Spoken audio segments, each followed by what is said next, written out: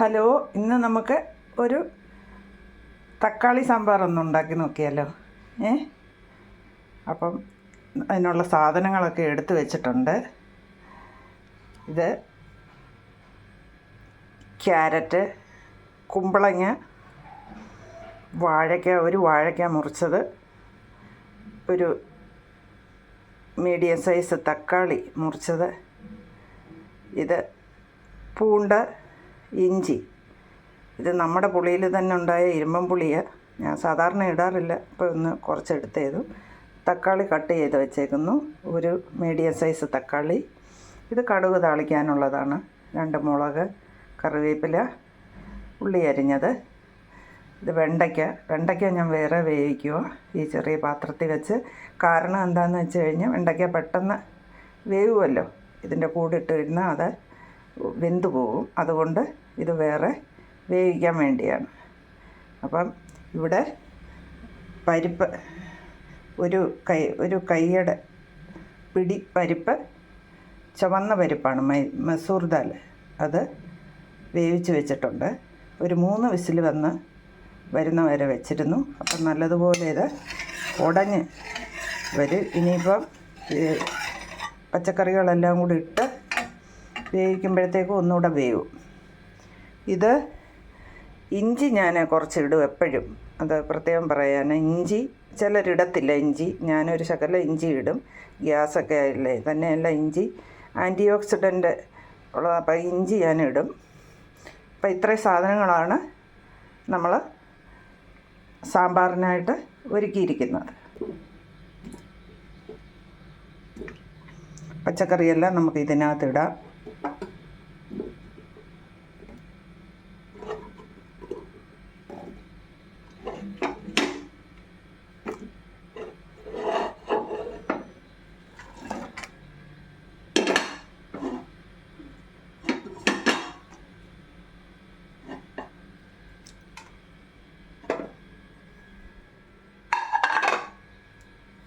തക്കാളി ഇട്ടു.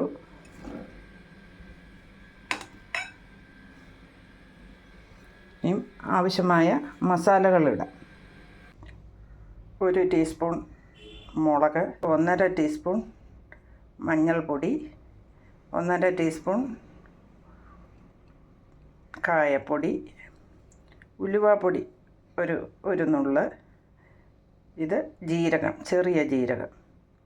ഇത്രയും സാധനങ്ങൾ കൂടെ നമ്മൾ ഇതിൽ ഇടുവാണ്. എന്നിട്ട് സ്പൂണും കൊണ്ടെല്ലാം ഒന്ന് ഇളക്കി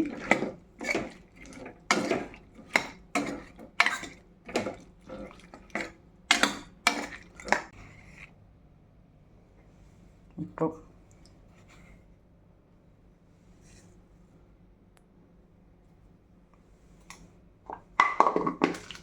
ഒരു 2 ടീസ്പൂണോളം ഉപ്പ് ഇട്ടു. അത് കഴിഞ്ഞിട്ടൊന്ന് ഇങ്ങനെ ഒന്ന് മിക്സ് ചെയ്ത് ഈ ഒരു കപ്പിന് ഒരു ഗ്ലാസ് വെള്ളം കൂടെ ഒഴിച്ചിട്ട് ഇത് അടച്ച് വെച്ച് 1 വിസിൽ വരണം.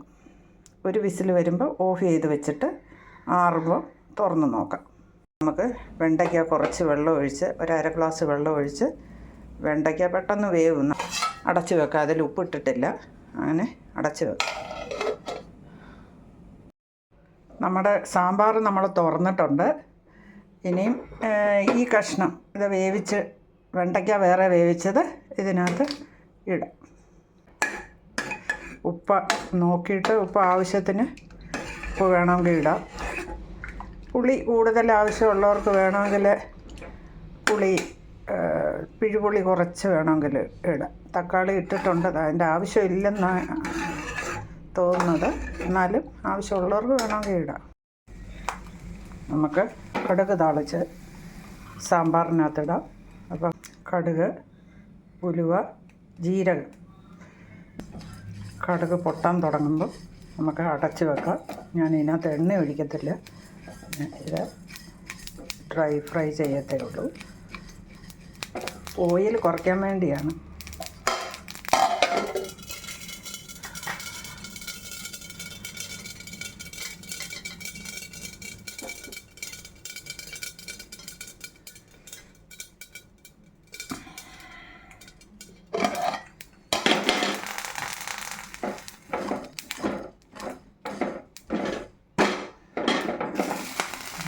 ഇതിനകത്തോട്ടിടാം.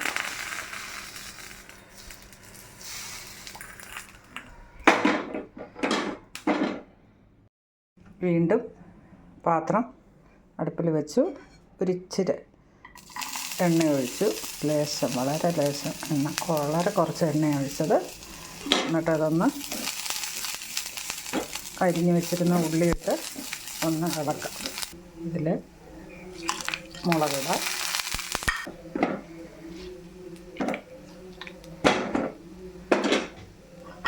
ഇത് ഞാൻ ഓഫ് ചെയ്യുകയാണ്. ഓഫ് ചെയ്തിട്ട് കറിവേപ്പില ഇട്ടൊന്ന് ഇളക്കണം. ഇങ്ങനെ ചെയ്യുമ്പം കറിവേപ്പിലയുടെ പച്ച നിറം മാറത്തില്ല, എന്നാലൊട്ട് ഫ്രൈ ആവുകയും ചെയ്യും. അതിന് ശേഷം നമുക്ക് സാമ്പാറിൻ്റെ മുകളിലേക്ക് ഇത് ഒഴിക്കാം. നമ്മുടെ സാമ്പാർ റെഡി ആയിട്ടുണ്ട്. ഇനി ടേസ്റ്റ് നോക്കാം. സാമ്പാറിൻ്റെ ടേസ്റ്റ് ഒന്ന് നോക്കിക്കേ.